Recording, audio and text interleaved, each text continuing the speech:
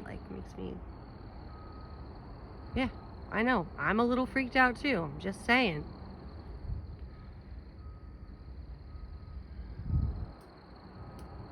Right? That's what I'm thinking. All right.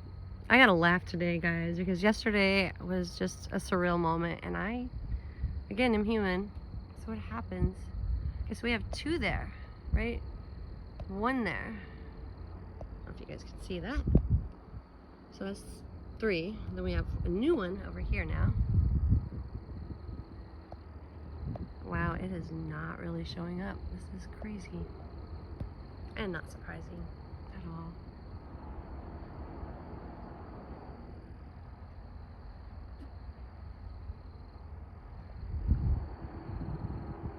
I always watch the animals first. They are literally like the dead giveaways on everything. And my understanding is cats can literally see everything.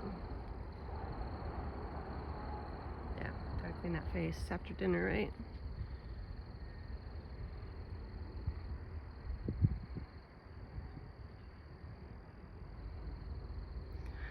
I just want to know why some are sleeping still and some are awake, and what y'all's thoughts are on that. And why so many go through much greater heartache than others, and it seems like those that literally like live a life of a fantasy world, but it's actually real for them, why they don't ever seem to suffer. And then I have to ask you all, do y'all believe that Satan does work harder on those that he feels threatened by? Or for those of you that are like alien bound, do you believe aliens work harder, on those that don't believe, so to speak? Because I mean, it's all the same thing. It really is. Everyone's literally singing the same song. They just don't know it. Just wondering what you all think about that.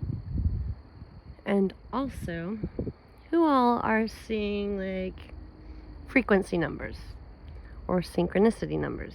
I call them frequencies because I believe that they're being emitted through frequencies, from things such as HARP. So when I ask that question, are you seeing your birthday numbers? Are you seeing 33s, 333s, 11s, 1111, 22s, or 44s? Those types of synchronistic numbers. Because here's the funny thing, nobody's truly addressed this, like on a level of like, other than, oh yeah, your chakras are opening up. Like 33 means the angels are looking after you. And I'm not trying to be mean, and I'm not knocking that, but I mean, the angels are always looking after us. The numbers have nothing to do with that per se. But I do believe in sacred geometry. I really do. Learning a lot. Man, this is a busy place tonight, guys. I do believe in sacred geometry, without a doubt. Like, might as well just like dub this like Sealy freaking space shuttle port. Okay, so back to what I was saying though. Do you all think that you might be seeing like 1111s, 33s, 22s, any of those? And if you are, have you wondered why you like suddenly you look up and they're on the clock? Oh my gosh, it's 1111. Or you're like doing a video and it stops at 333, or you just notice these things on signs. There's an address that's like 333 Marshall Street or 1111 Centerville. I mean, whatever it may be, or even if it's your birth date numbers. Like, do you see those quite often on addresses, on mailboxes, on anything and everything, even your addresses like that are far away, so to speak, like Amazon, just getting on the internet and Googling things, and then all of a sudden there's those numbers, or receipts at the store, like I said, there's just license plate numbers. So you're driving down the highway. Because I'm willing to bet probably the majority of you are seeing these things. And I just wondered if any of you actually ever stopped to think about why you're seeing those.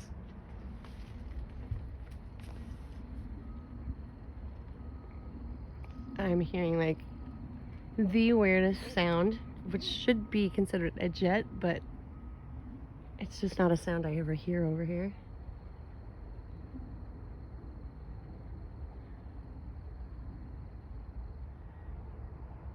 I don't know, nothing surprises me anymore, but I'll tell you what, guys. I guess where I'm going with a lot of this is we are approaching something big that's coming. And then back to those numbers, I do believe it has to do with frequencies that are being emitted. Some will say by a harp, HAARP. But I myself somehow think that maybe it is also frequencies being emitted by the Anunnaki, the coming back, or I don't know. I don't have the answers. Don't even need them per se. But to a certain extent, we kind of need to know these things, right? Because we got something coming big. And if we don't giddy up and get on top of what the heck is going on and start putting those puzzle pieces together, because they do all fit. I'm just not sure exactly where they all go. I've got some of them fit together, but like I said, that rabbit hole that we all seem to go down when we start searching for the answers, it leads to a lot of doors, doesn't it? And I guess it's like up to us whether we open those doors and walk through or just shut them back right away. And I did have a friend that did that. He is a Navajo Native American in New Mexico, and he said he started to go down this route, but he shut it off real quick, especially when he started talking about his brother that went to the military and Afghanistan, and then also started speaking of 9, and then I'm going to spell it like this, WON, so 9 who won. So when his brother started speaking about that, about the 9 who won, he said that at the bottom of that rubble were stuff that didn't make sense. His brother's never been the same, and I think some of you have heard about this. My understanding is it is on YouTube or other places here and there, but I'm just saying that I never saw that part, but I heard this right out of his mouth, that his brother saw firsthand that there was something buried underneath those showers that start with the T and removing the SHs,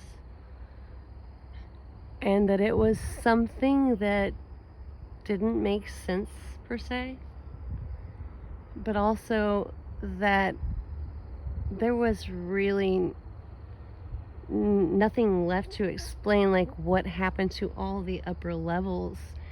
And as that collapsed into, the shower that collapsed, what was left of it, it didn't make sense, because in that shower they used to have desks and chairs and filing cabinets and that kind of stuff that most offices would have.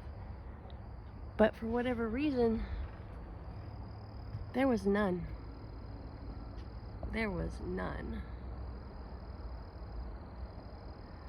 So again, that rabbit hole that we're speaking of, it goes a lot deeper and a lot further, and I'll try to touch base on some more of this, I guess, at a later date, because I've got to figure out a way to wrap it all together. But with that said, I don't know if any of you are familiar with Matt LaCroix's channel. He's got a phenomenal channel. It makes tons of sense, and he has patchwork quilted together, but in a way, and fashioned together in a way that our ancient history makes so much sense, other than what we've been told and the little we've been taught sitting in a desk on the conditioning belief system that we have learned upon. So if you have not heard of Matthew LaCroix, or Matt LaCroix, aka both, he goes by both names, please go visit his page. I'm also going to give a shout out to another channel that, I mean, I'm right there with this woman, like, you have no idea. But it's called Extreme Reality Check. But that extreme is not an EX at the beginning. It is just straight up an X. So Extreme Reality Check with an X. Okay? Now, in order to follow her channel or Matthew LaCroix's, you're going to have to start from the very beginning and work your way up. And it's going to answer lots of questions for you. Now, another channel that I have found that I relate to quite a bit is Woodward TV, Jay Woodward. He's amazing. He has a way of putting, a video with little, eye candy out there, but enough with his verbal way to explain things that it just resonates with you. So that would be Woodward TV. Okay, so again, Matthew LaCroix, Extreme with an X Reality Check, Woodward TV. Okay, so those are a few of them. Also, Jason A. Jason A gives great video, like visuals without words, that literally show you what's going on in the world right now at this second. All the things that are coming our way or are happening right now. And I mean, it's as real as can be. And here's the other deal, Bills. The Bible, all these things were written in it, okay? So I have to sometimes think, okay, so, we definitely know that it was mistranslated to some respect, some of it. And we know that they left a lot of things out, but isn't it funny how even with them doing that, enough truth still shines through to show the truth and the reality of the life we're living? Because, I mean, it speaks of the natural disasters, the earthquakes, everything will be shaken, the sun, the moon, and the stars. You'll see all the signs up there. And it speaks of all the things that we're seeing right now in the Bible that was translated and laid in our hands. And we won't even go with, the Vatican and all of that good stuff. And that's a whole different avenue. And so I'm going to keep it right there. But I'm just trying to say, all of our answers are pretty much there. And even when we don't have the answers, and Lord knows I seek them constantly, but even when we don't have them, sometimes just the knowledge of what the Bible states is enough, because it most certainly says we have a better, brighter day coming. But it also says that doorway is so narrow, and very few will enter.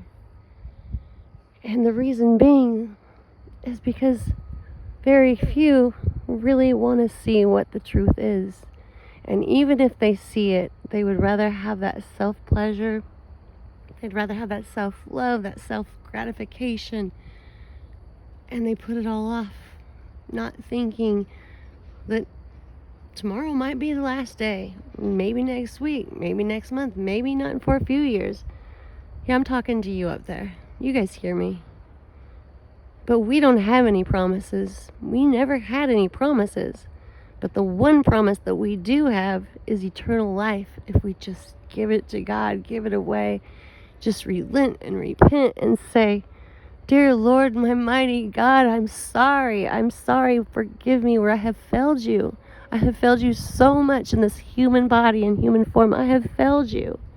And all I want is for you to come into my life. I want you in my life right here and right now. I am yours, Lord. I am yours and you are mine. I am your child, Lord. Forgive me, for I love you and you are my Lord. And I ask today that you just stay in my life, come in my life, and you be there forever, Lord."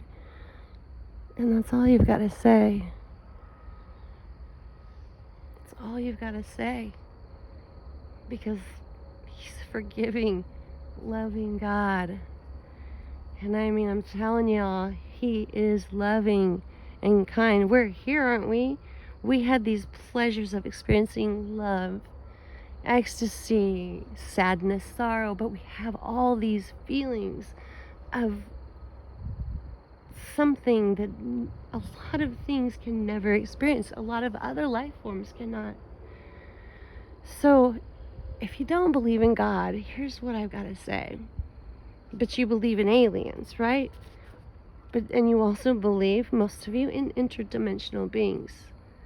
I don't even know who drew the line, like, between those two. Like, one was different than the other. We are all literally talking about one creator. We do not know what he looks like.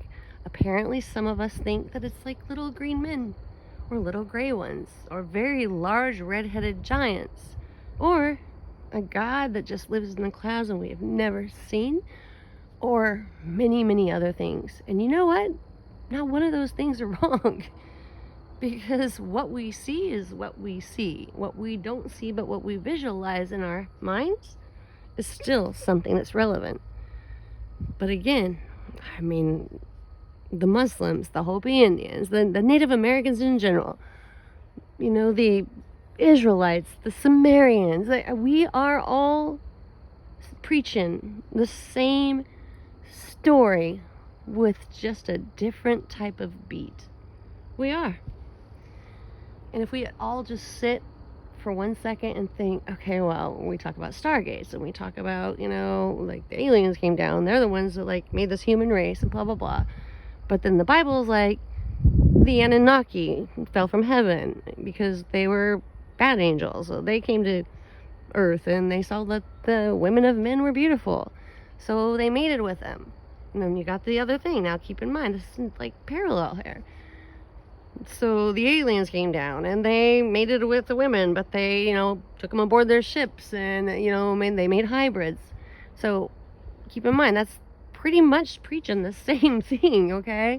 So then we go on to, okay, so that happened, and then the Great Deluge or the Flood. But I mean, the extraterrestrial type followers, they believe that they know a natural disaster, some great, really big, significant natural disaster happened. They can clearly see that. I mean, we're finding things under the ocean, cities as big as we could ever even imagine, and on top of the earth and under the ground and in the dirt, and all around us we're finding these pyramids and ancient cities and megalithic structures all over, which is, hello, your validation. But do you get taught that in school? You don't. And you won't, because you're not going to, because there is a certain handful of this ancient bloodline, aliens, aka Nephilim, offspring from the Anunnaki, same thing, whatever, it's the same thing, that made sure that we don't get to learn that, made sure that we are bound, we are enslaved, and then they made it to where we think that this is normal. But it's not. It's not normal, and they have kept us bound like this on purpose. So when you say you're not a Christian, or you say you don't believe, but you believe in this or that, it doesn't even make sense. Because if you believe in the other, it's all the same. It's the only way I can explain it. It is all the same. If you believe that there's life out there, we came from somewhere, again, it was not a fart. And if it was a fart, who farted? But I mean, beyond that, we know that we all have an ultimate creator. Whether you want to call him God, I don't know, your ancient aliens, but even your ancient aliens were created. And I think that's where we all get lost. Because even they, whatever you want to call them, have a creator. And they fell and they came here for a reason. And the reason was us. The reason was us. It is a battle, a constant battle that is going on right above us. I've seen it with my own eyes. And when I say I've seen it, I'm not talking about like I just envisioned it one day. Like, I have seen it. I have seen it. Like, you have no idea. I have seen that battle going on. That battle has been ongoing. It's just, it took me a while to wake up and know that it was happening. The Bible talked about it. So did ancient aliens. So did the Muslims. So did the Hebrews. So did everybody. So did your Native Americans. They all talked about this battle. And it is true, and it is going on. And I don't give a flying nugget but what you want to call it. Just call it real, because that's what it is. And I mean, religion's man-made, we get that. But there is no doubt you have a creator. You have a creator. You came from somewhere. You came from something. And for those of you like, yeah, like I'm a hybrid, and that's where I came from. Get outside that damn box, okay, already? Get outside your box. And it's okay if you came from, that, and you're a hybrid, or you're, like from the Neanderthal day. It doesn't matter what you think or believe. It's okay that that's what but think outside the box, and then ask yourself, where did my makers come from? Where did their makers come from? And the makers after that. Get on board and ask yourselves all of that, because it all leads back to one thing, doesn't it? One maker, one creator, one God, one Jesus Christ, one whatever you are calling them. But just don't forget about them, because they are why you're here. They're why you're here. It's that simple.